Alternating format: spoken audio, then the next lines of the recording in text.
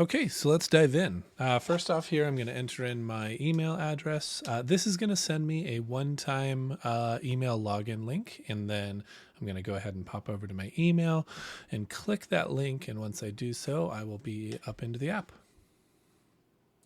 All right, now we are in the app. So right here, we're looking at my saved conjurations. Conjurations are content that users have created within MythWeaver. These can be characters, locations, monsters. And so now I'm kind of browsing through the gallery. These are conjurations that the community has created. They're always available for any user to browse through and see what other people have created. Okay, so now I'm going to take you through creating a new conjuration of your own. First off, I'm going to choose characters and then go to customize. Within here, I'm going to feed the AI engine a backstory prompt. So in this case, I'm going to say we want a half-elven fighter named, let's say Florian. Half-elf fighter named Florian who loves drinking ale and in taverns and getting into some tavern brawls, bar brawls. Okay, so let's hit conjure and see what we get.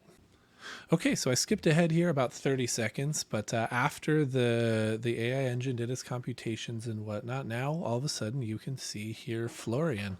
You'll notice that we've populated Florian here with a couple tags. We've got characters, half-elf, male, fighter, warrior, brawler, ale lover, just different things that help you classify this conjuration. That'll help you later on when you have many conjurations and you want to filter through and find all of your,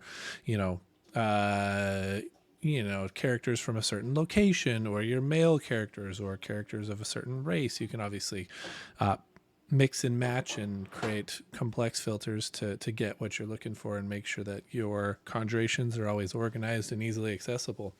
You'll notice we have a image here of Florian. He's holding his mug of ale.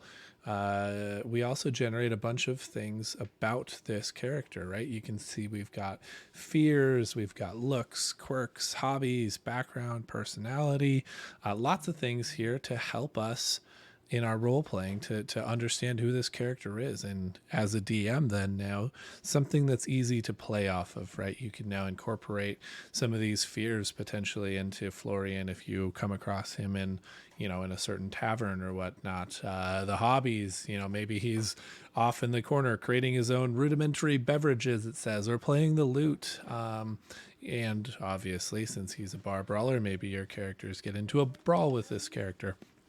The possibilities are endless, and MythWeaver here really allows you to explore those possibilities quickly. Okay, so I've hopped into another conjuration here just to give you guys another example of what conjurations in MythWeaver can look and feel like. One thing to keep in mind is that conjurations are ultimately customizable. You can override anything that the AI engine has generated and put in your own values here. In this case, we're going to override the fears that were generated and say this character fears water and drowning, etc. I'm going to fill out a little bit more information about maybe why he has that fear, just giving you extra context. After that, let's say I want to change his name. I did not like that character's name, so I'm going to call this guy Earnhardt instead.